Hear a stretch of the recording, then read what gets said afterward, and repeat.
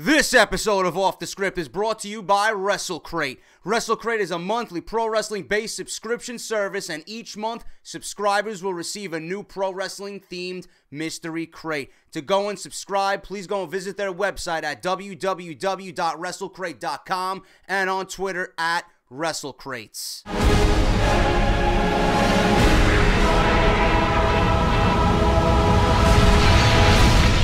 What is going on, guys? JD from New York here, and this is WWE Off The Script, episode number 61, part number 3, to close out what I hope was a great weekend for you guys, man. Thank you so much for watching.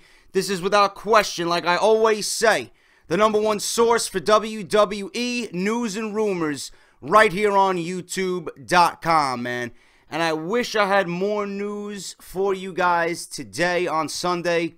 It's been a very, very slow, newsworthy weekend in the WWE, man. Not a lot, but I do have one big story regarding The Rock and Ronda Rousey at WrestleMania. How did that marriage of Rousey and The Rock being at WrestleMania in the same ring, with Rousey being under contract with UFC and being a champion for Dana White over there in his promotion, how did that all come to be? I got the exclusive details on that today, right here on Off The Script. The Rock and Dana White apparently sat down, and The Rock convinced Dana White to have Ronda Rousey appear at WrestleMania 31. Man, I got the full story for you coming up in just a little bit.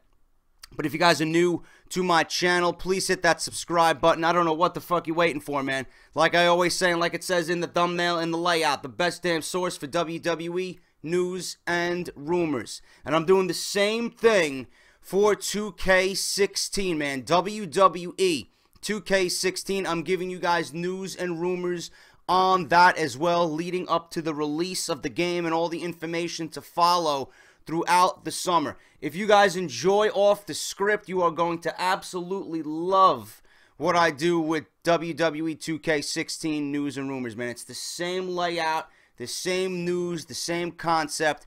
Me, my opinion, and giving you guys facts and information and opinions you want to hear. So please go and check that out. Link is at the top of the description. It'll say WWE 2K16 news and rumors, man. Go check that out down below, all right? And also, finally, guys, if you guys are not following me on Twitter, at JD from NY206, I'm on there all day long. You can ask me anything you want. You want to tweet with me during Monday Night Raw, during the pay-per-views, etc., etc., at JD from NY206.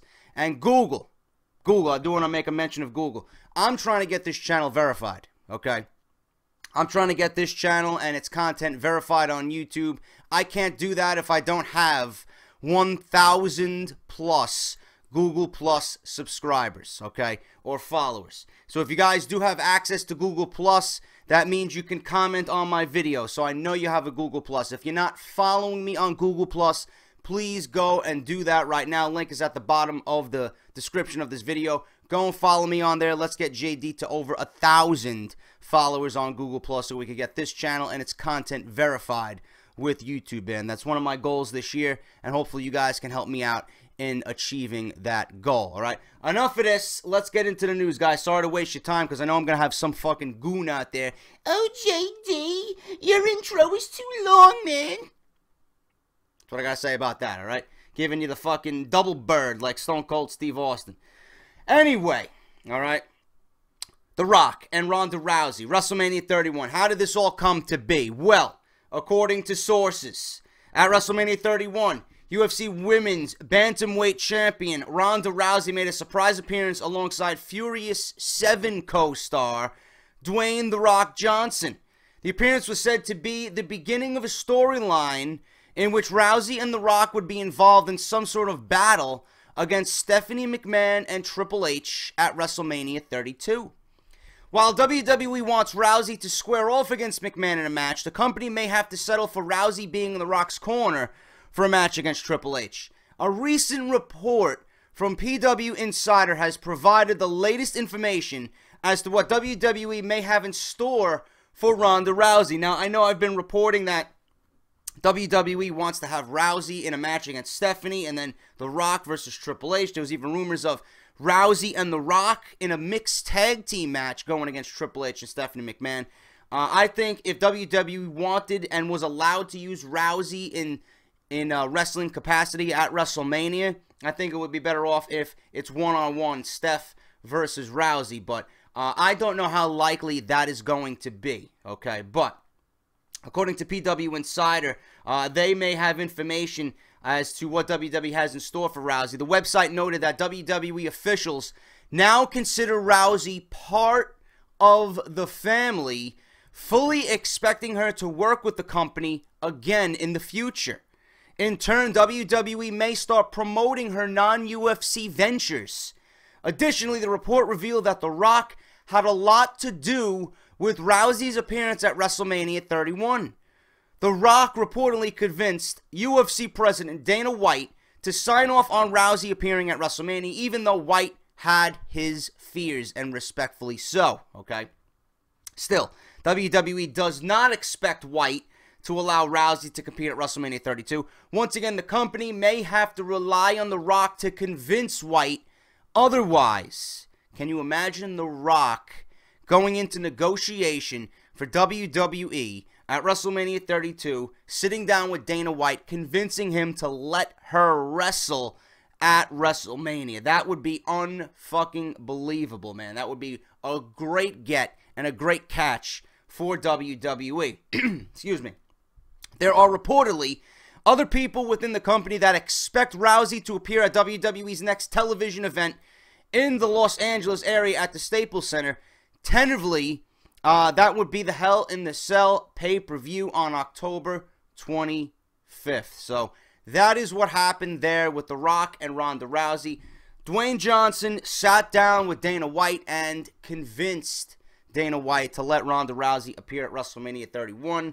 What this means for WrestleMania 32, man, nobody knows. All we know and all the information that we do have is that WWE wants her in some capacity.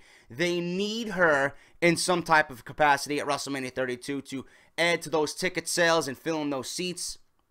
We all know that The Rock is going to be involved in WrestleMania somehow.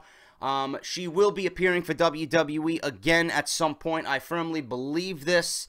And like I said, it's going to be all up to Dana White. So Vince and WWE, you should start dropping UFC's name on your programming. You should be a little bit more kind and gentler and respectful to what UFC brings to the table, man. Instead of in past interviews, in past, situations where Triple H and Vince McMahon kind of put down UFC as not competition. They are clearly competition, and you want something that they currently have right now, and that is Ronda Rousey. So be a good little boy and play by the rules and respect others on the playground, and then you may get your wish at WrestleMania with Ronda Rousey. That's all I got to say about that. But The Rock and Dana White sat down together, and Dwayne Johnson convinced Dana White to allow Ronda Rousey on the WrestleMania card. Will it happen again? Will lightning strike twice for Arlington, Texas next year at AT&T Stadium? Only time will tell, okay? Now, The Miz and Mizdow. You guys know my opinion on that, and all this situation with The Miz going on and Damien Sandow. I was not a fan of their gimmick, okay? It clearly worked for Damien Sandow, which is great. I enjoy Sandow's work. I enjoyed him when he first arrived on the roster. I enjoyed the intellectual side of Damien Sandow, and I want to see a return to that. But I would be lying to you if I said that this whole gimmick and this storyline was a complete waste. It was not. Damien Sandow grew. He is now a fan favorite. People cheer him and adore him, and they enjoy his act as Damien Mizdow. Okay, so it definitely worked, even though I was not a fan of it. Now, reportedly, they are going to square off on Monday Night Raw on the 20th, and the loser, more than likely, I don't know if it's going to be The Miz or Sandow, but I do think it's going to be Sandow. Okay, apparently they're going to square off, and the winner gets to keep the Miz name, all right? I don't see the Miz losing this match because the Miz is going to go film a movie with Paige, and they're going to write him off TV. Okay, so I do expect the Miz to come back. So if he comes back, what is he going to be? He's not going to have his gimmick. He's not going to have his Hollywood persona. You can't take that away from him, man. Then the Miz pretty much is rendered useless and worthless. All right. I do see Damien Sandow losing this match, or Damien Mizdow, I should say. I see Mizdow losing this match, and then after the fact, I see a complete 180. I see Sandow coming back, and I see Sandow just brutalizing The Miz on Monday Night Raw, and then you write him off TV. That's what I see, okay? Crowd is going to go crazy. Crowd's going to love it, and then he can hopefully go back to the intellectual savior of the masses and be a face. I would love to see Damien Sandow a little bit more toned down, man. You know, I don't want to see him as he was as a heel, but I want to see him with the blue robe and the white towel and the pink trunks.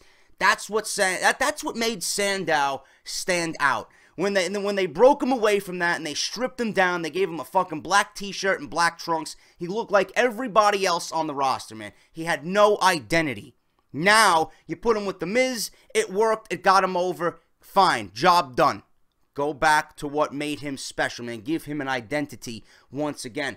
But WWE Superstar The Miz is reportedly set to be written off TV, possibly on the April 20th edition of Raw. As previously reported, Miz is expected to face off against his former stunt double during the show in a stipulation match. The winner gets to keep the Miz persona, moveset, music, etc. Much like how Paige was written off TV during the April 13th edition of Monday Night Raw, Miz is set to take a leave of absence to go film WWE Studios' upcoming holiday motion picture, Santa's Little Helper. Miz and Paige are set to miss at least 3 weeks of in-ring action, if not more, to film their roles for the movie, meaning that both will likely not work Extreme Rules on April 26th. This would explain why Miz vs. Mizdow will be taking place on Raw instead of Extreme Rules. Mizdow winning Miz's character would be strange, like I said, but would help write Miz off television for a month. Their feud, whether over the character or just because of animosity between each other, can start back up as soon as The Miz returns and not miss a beat. I see The Miz winning this. I see The Miz keeping his music, his moveset, his persona, etc. It would make absolutely no sense for The Miz to lose this. I see The Miz winning this. I see The Miz going on to film the movie with Paige. But after the match, Damien Sandow returns and beats the shit out of The Miz and sends The Miz on his way for a month, man. That's what I see happening. Let me know what you guys think about that scenario happening on Monday Night Raw, more than likely on the 20th. Alright, it should be interesting to see. Leading to WrestleMania 31, the status for the Usos in the Tag Team Championship match was up in the air. Jey Uso was suffering from a shoulder injury, which could have very well prevented him from competing at the Show of Shows. However, Jey Uso and his brother Jimmy competed in the Tag Team Championship match at WrestleMania on the kickoff show. Though in the match, Jey was noticeably limited in terms of in-ring action. According to WWE.com, Jey Uso recently underwent successful surgery to repair his shoulder injury. Interestingly, the piece states that Jey worsened his injury during the WrestleMania match, which resulted in a need for the surgery. The surgery was performed to tighten his rotator cuff and shoulder capsule. WWE physician Dr. Stephen D'Aquino commented on Jey Uso's injury, which is expected to result in him missing at least 6 months of in-ring competition. I do wish Jey Uso a speedy recovery. I know the Usos got a little bit stale over time, but I think the injury is going to do him and the team well, man, being that they're off TV. Once they get back on TV after 6 months, I think people will be happy to see them. They'll be refreshed. It'll be rejuvenation there. And a nice feud with the Lucha Dragons I could see happening, man. I do think the Lucha Dragons are going to capture the Tag Team Championships before the Usos get back. And you're going to have those two teams square off. And it's going to be a decent run this summer, I think, for tag teams in WWE if WWE allows them and gives them the love that they need, man. Tag team wrestling needs to be a vital part of the WWE going into SummerSlam, and I just hope WWE capitalizes on that, all right? A couple more news articles, guys. Very, very slow news weekend, like I said, but I do have a few more pieces of information for you before I end this week's Off the Script Part 3. Jay and Mark Briscoe, this is a Ring of Honor news. They will remain with Ring of Honor. We're told here that there was interest from WWE, but it came down to money. Jay and Mark essentially were going to make less money going down to NXT than what they would be making by re-signing with Ring of Honor. While it's true Ring of Honor has been in a tighter financial situation, they consider the Briscoes a priority and did not want to lose them. As a result, a significant offer was made, and WWE was not willing to match the offer given to them by Ring of Honor. WWE not signing the Briscoes did not have anything to do with Jay Briscoe's homophobic tweets from a couple of years back. That was an old story and didn't play into recent interest. Ring of Honor is expected to announce the Briscoe brothers have resigned some point within the next coming week. This is a failure on WWE's part. You know, they want all the top talent to go down to NXT. Why don't you throw these guys money, man? I think they're worth it. I think their names are quite notable to get down to NXT. I don't know why WWE wouldn't throw money at these guys.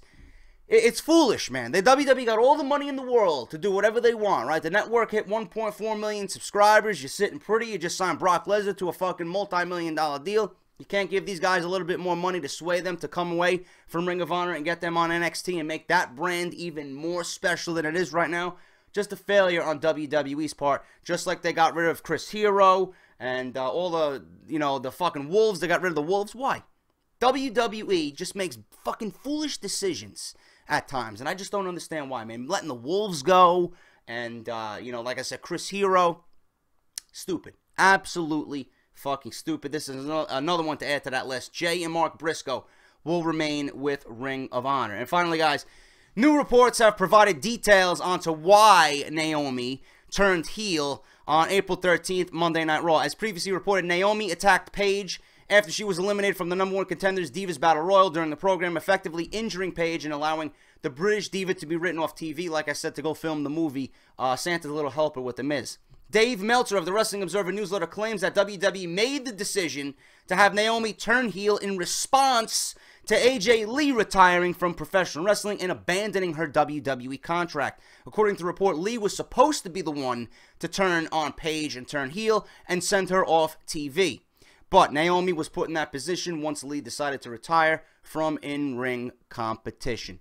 Who cares? And that's the end of Off the Script. Alright, guys, hope you enjoyed it. If you did, hit that thumbs up. Greatly helps me out, helps the channel out, and gets Off the Script to a wider audience, man. Thank you so much for watching this weekend. Remember, if Monday Night Raw is good, I will do a review. If I'm completely bored with it, you get no review. You're going to have to wait till Friday to see me again right here on Off the Script, all right? Leave me your comments down below. Let me know what you think of all the top stories. If you missed WWE 2K16 news and rumors, link is down below. If you missed parts 1 and 2 of Off the Script this weekend, links are down below. If you guys want more additional wrestling content, Joe Cronin Show, his links will be down below. YouTube and Twitter. Go follow him and go subscribe. Joe just hit 13,000 subscribers, so he's doing his thing over there. And the guys over at Chairshot Reality, my boy Justin LaBar, Josh Eisenberg, and Brian Ghoulish. Go check them out at WrestleZone.com. They also got a YouTube page with exclusive content you will not see on WrestleZone.com. And LaBar's got his own website. Go and check him out if you guys want more LaBar. And finally, guys, Wrestle Crates. If you guys want to sign up for Wrestle Crates, you got till the 19th. 19th is the last day to subscribe, and the shipment of the first boxes will go out on the 25th, man. So make sure you do that if you guys want to go check them out and see what they're about. Their website is www.WrestleCrate.com, and go follow them on Twitter for all the latest information regarding Wrestle Crates, man, at Wrestle Crates on Twitter, and tell them that JD from New York sent you over there. If you guys want to follow me on Twitter, like I said, at JD from NY206, hit that subscribe button for more WWE news and rumors and video game entertainment right here, man. Thank you so much for watching. I'll see you guys hopefully on Monday. If not, I'll see you back on Friday for episode 62 of Off the Script. Until then, this is JD signing out, and I'll talk to you guys later, man. Thank you very much.